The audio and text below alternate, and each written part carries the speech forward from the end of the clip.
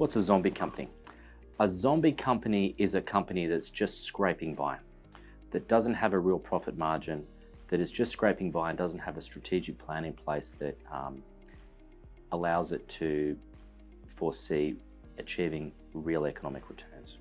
And the zombie company is the ideal company to be tipped over in an insolvency scenario. All they've got to lose is one big client, have one big project that develops hurdles, and they find themselves in a position of being unable to pay their debts. So these are key clients for our firm, and they can be in any industry. They can be in retail, construction, transport, any other industry where there is low margins and it's highly competitive.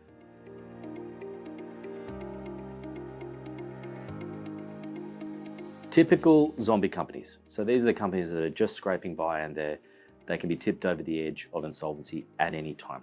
Okay, building and construction industry is the one industry that has the most zombie companies. Something like a quarter of insolvencies overall each year come from the building and construction industry. So what you see is poor systems and processes, underpricing, and the tragedy about this industry is that as the business starts to grow, the insolvency problems get worse and worse and worse. If a construction company moves to bigger and bigger projects, what occurs is their working capital requirements, so they've got to pay their employees, buy better equipment, they've got to have construction bonds paid for up front, results in the difficult position that the business seems like it's growing and it's improving, but the reality is the financial position of the business is just getting worse and worse and worse.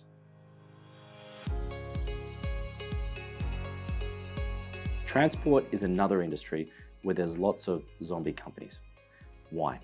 Well, the first thing is it's highly competitive. So that means that the margins are low. At the same time as that, wages can be high. The cost to replace tires, replace trucks can be astronomical. And there's also pressures with work cover and insurances. So the result is that I frequently meet proprietors in the transport industry that have been in the same structure, the same entity for say 20 or 30 years, and they tip over and they look back on their returns and they're quite poor.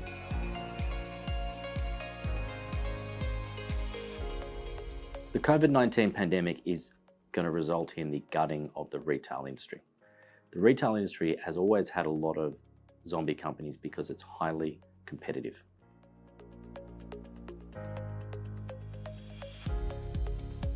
There are lots of zombie companies in the professional services industry because the cost of labor is so high. So the main cost in the professions is the cost of employees and the cost of the services that they deliver. The result is that if a professional services company is in a highly competitive industry and their margins are low, they only need to lose one big customer or have one problem with a large project to be tipped over into a point of being unable to pay their debts.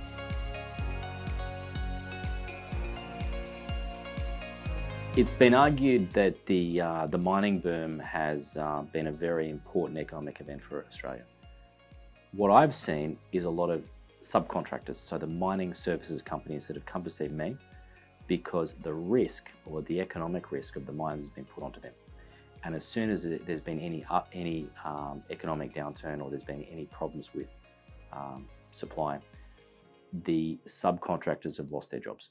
So the mining industry is a very competitive industry. If you're a subcontractor, you could face a lot of risk from any disruption of the industry that your head contractor mines face.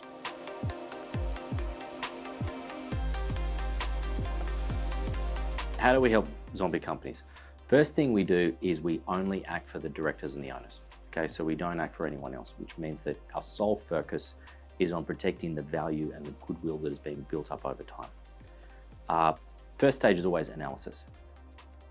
If you don't understand the root cause of the problem your client faces, then you can't provide proper analysis. And something I've seen over and over again is companies being pushed into a voluntary administration when no one has sat down and probably analysed their position to make sure it's the right thing to do. So what can we do? We can analyse the creditor position. we can represent the client in any ongoing litigation. For example, a litigation that's going to result in the company going into insolvency. And also working with the accountants that have been engaged to discuss options that the client may have to turn around or to restructure the business they have.